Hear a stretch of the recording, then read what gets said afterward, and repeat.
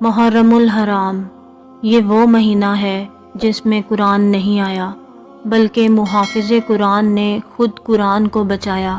تاریخ نے لکھا ہے جب امام حسین علیہ السلام نے محرم کا چاند دیکھا تو دیکھتے ہی آپ کی زبان اقدس سے یہی الفاظ نکلے، ان اللہ و انا الیہ راجعون۔